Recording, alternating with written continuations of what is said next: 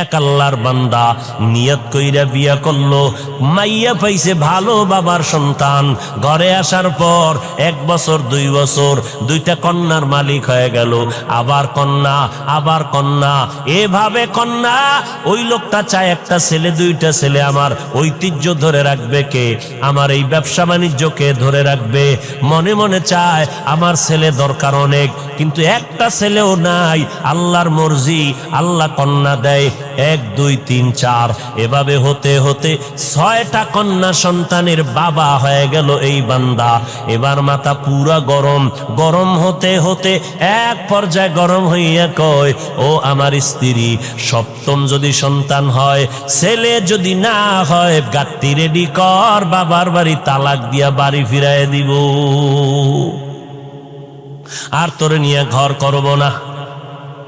কন্যা সন্তান আমি চাই না, আমি চাই ছেলে, কন্যা দরকার নাই। আল্লাহর বান্দি স্বামীর সাথে কখনো তর্কে জড়ায় না, কারণ স্বামীর পদতলে স্ত্রীর জন্য আল্লাহর রহমত বর্ষিত। ও স্বামী, মদিনার নবী বলেন, আল্লাহ যদি আল্লাহ ব্যতীত অন্য কাউকে সেজদা করার আদেশ দিতেন, নারীদেরকে বলতো পুরুষের কদমের মধ্যে সেজদা করো। এরে নবীর উম্মতের দল, আল্লাহ ছাড়া আর কাউকে সেজদা করা যেহেতু জায়েজ নাই, এই জন্য কোন নারী স্বামীর কদমে সেজদা করতেও পারবে না। আল্লাহর বান্দা আল্লাহর কাছে বারবার ছেলে চায়, স্ত্রীর সাথে রাগ করে। এরে নবীর উম্মত, আল্লাহর বান্দি কোনো কথা না বলিয়া 5 বেলার নামাজ পড়ে আর আল্লাহর কাছে কান্না করে, ও মালিক, মেহেরবানি করে তুমি আমার স্বামীর হেদায়েতের দরজা খুলে দাও, দিলটা নরম করে দাও, আমার ইজ্জত নষ্ট করবা না। জীবনে বিয়া হইছে মাত্র একটা, আমি মরিয়া গেলে যাব, দ্বিতীয় বিয়ার জন্য মেয়েরা কান্দে না, জাতের মেয়েরা কয় আমার জীবনে বিয়া হবে একটাই, একটা বিয়েই হবে। ও আল্লাহ, আমার স্বামীর ঘর আমি ছাড়ব না, তুমি আমার স্বামীর হেদায়েতের দরজা খুলে দাও। মাইয়াহদিল্লাহু ফাহুয়াল মুহতাদ ওয়া মাইয়ুদলিল ফালান তাজিদা লাহু ওয়ালিয়াম মুরশিদা। হেদায়েতের মালিককে একমাত্র আমার আল্লাহ। আল্লাহ যদি চান হেদায়েত পাবে, যদি কপাল খারাপ হয়, কপালে হেদায়েত আসবে না। হেদায়েত পাওয়ার মতো কোনো মুর্শিদও খুঁজে পাবে না, কোনো পথ প্রদর্শক খুঁজে পাবে না। এরে নবীর উম্মতের দল, ছেলে দান করেন আমার আল্লাহ, মেয়ে দান করেন আমার আল্লাহ, দোনোটাই দেন আমার আল্লাহ, কোনোটাই দেন না তাও ক্ষমতা কার।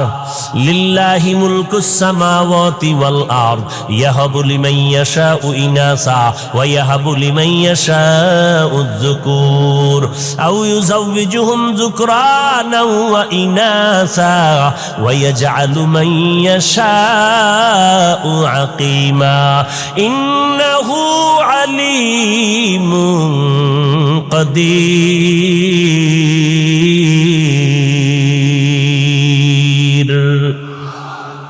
ছেলে দেওয়ার মালিক। কোন ফিসাব যদি দিতে পারত, কোন তাবিজ যদি ছেলে মেয়ে দিতে পারত, তাহলে এই দেশে নিঃসন্তান কোনো মা থাকতো নি। আল্লাহর বান্দার কয় কন্যা বলেন? 6টা কন্যা হয়ে গেল।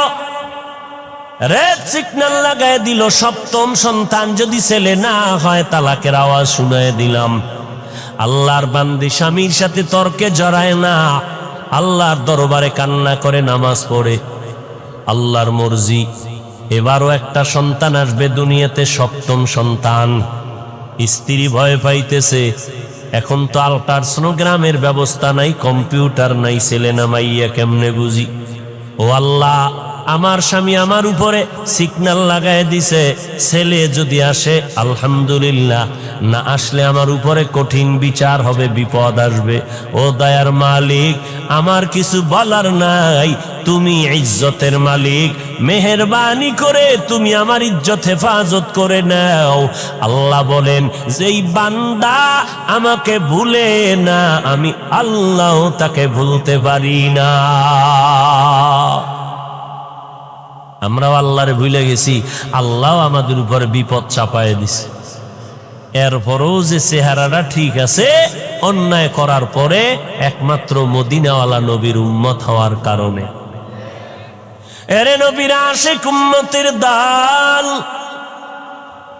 আল্লাহর বান্দি রাতের বেলা কান্নার আওয়াজ, প্রতিদিন কান্না করে আল্লাহর দরবারে চোখের পানি কবুল হয়ে গেল।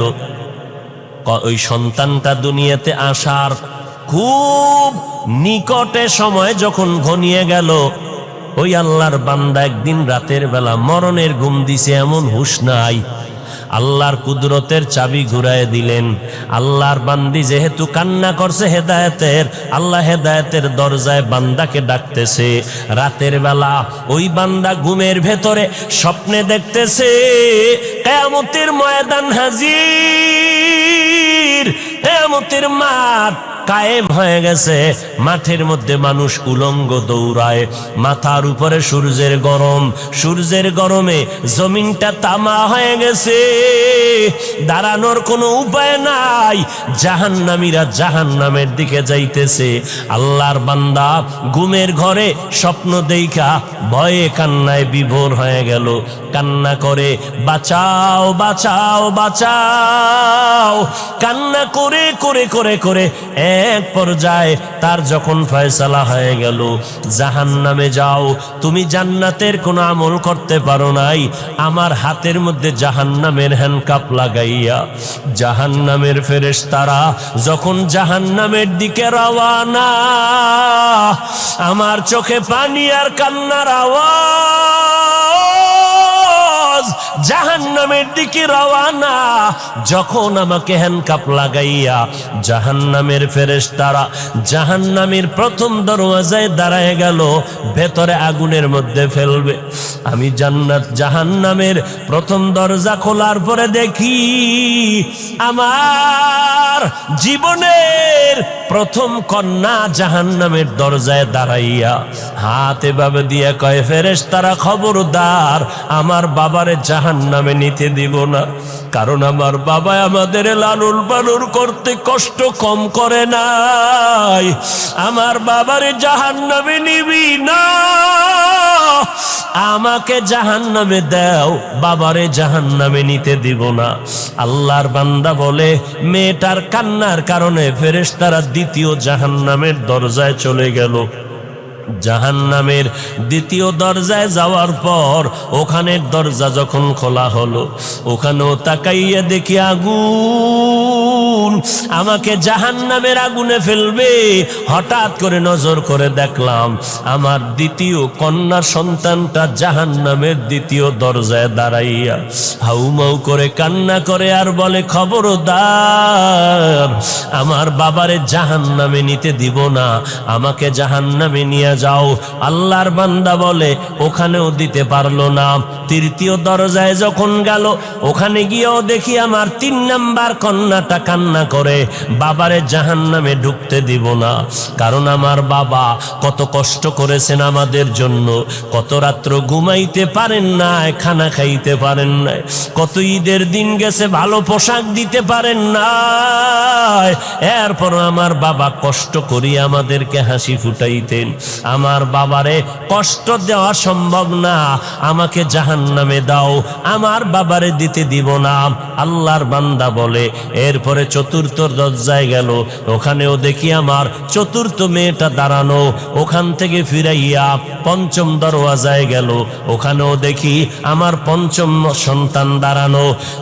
ষষ্ঠ দরওয়াজায় যখন নেওয়া হয়, ওখানে দেখি আমার ষষ্ঠ মেয়েটা দাঁড়ানো, মেয়েটা কান্না করে, আমার বাবারে জাহান্নামে নিতে দিব না।